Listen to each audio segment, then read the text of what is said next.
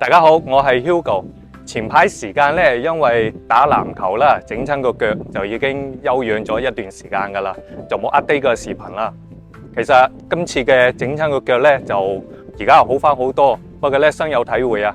就運動之餘嘅話，一定要保護好自己，因為你都知啦，做我哋呢一行嘅咧就比較考腳骨力嘅，停手停腳咧就停口糧噶啦。如果大家咧有啲咩柔和嘅運動建議咧，唔該私信一下俾 Hugo 可以作為一個參考。好，我哋入翻正題。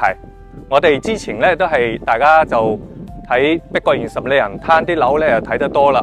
我哋今日咧就唔影碧桂園十里洋灘嘅，我哋影邊間嗰個樓盤叫做融創海灣半島。我哋而家咧就喺嗰個沙灘上啦。其實喺沿海地段嚟講咧，有4個沙灘。就碧桂園十里洋灘嗰度有一個啦，同埋5期嘅維港灣有一個，同埋核正東部灣咧嗰度咧有個細細嘅沙灘。其次咧呢度咧就係融創海灣半島啦。呢個沙灘咧比較平整啲，同埋咧就大家可以睇睇係比較闊落嘅。個地勢佈局咧就好似一個聚寶盆咁樣，然之後啲水咧就抱住啲水咧就納財嘅啊。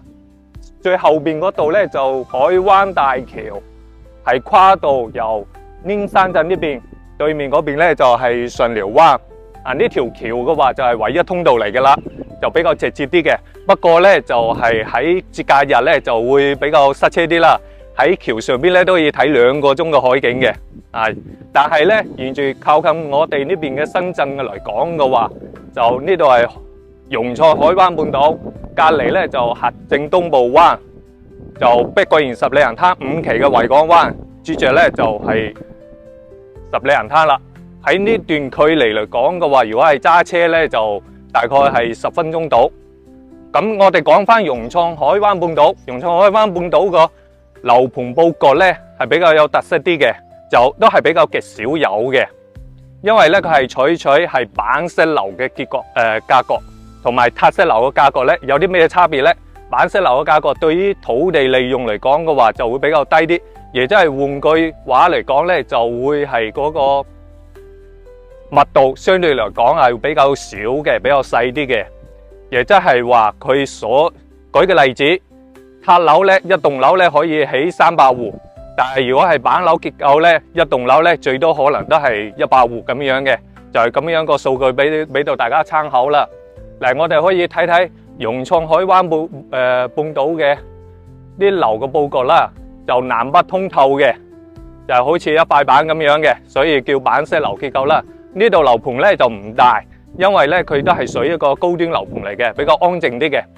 但係咧佢都有基本上個配套咧都有齊晒嘅，比如話無邊際海邊嘅游泳池啦，同埋有一個比較特色嗰個係沿海地區唯一一個燈塔嚟嘅，就係喺融創海灣半島呢度啦。同埋咧後邊嗰度咧就係有山啦，同埋嗰啲石屎啦，就係面海背靠山嘅。喺風水角度嚟講嘅話，都係相當之啱位噶啦。所以，但係我哋而家咧上去睇睇啲樓係點樣一個嘅情況。好，我哋而家上去睇睇。好啦，我哋而家嚟到係融創海灣半島嘅 A3棟2306。亦即係我哋而家喺23樓嘅54平方嘅單間，個露台咧就係有8個平方嘅。咁樣我哋首先睇睇出邊個環境。最前邊嗰度咧就係嗰個標準嘅遊艇碼頭，下邊咧係一個比較完整啲、比較闊落啲嘅沙灘啦。同埋融創海灣半島嘅園林咧係下層式嘅園林，下邊有泳池啦，有啲娛樂設施啦。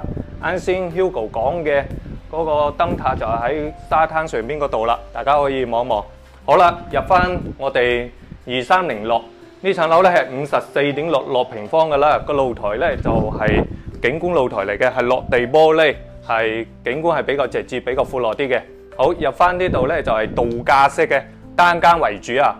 呢邊嘅話就係3種戶型嘅啫，一種咧就係一頭一尾84平方嘅兩房，同埋咧中間係50零平方嘅單間，佢係板式結構嘅，所以大家都可以望到係比較通風同埋採光嘅啦，係冇暗角嘅。呢度咧就係客廳嘅位置啦。呢度咧就係洗手間同埋咧嗰個洗手台嚟嘅，係開放式嘅廚房。出嚟呢度咧就係一個盡送嘅，大概都有3個平方嘅入戶花園，大家可以整個落地玻璃，同埋咧會封起身都冇問題嘅。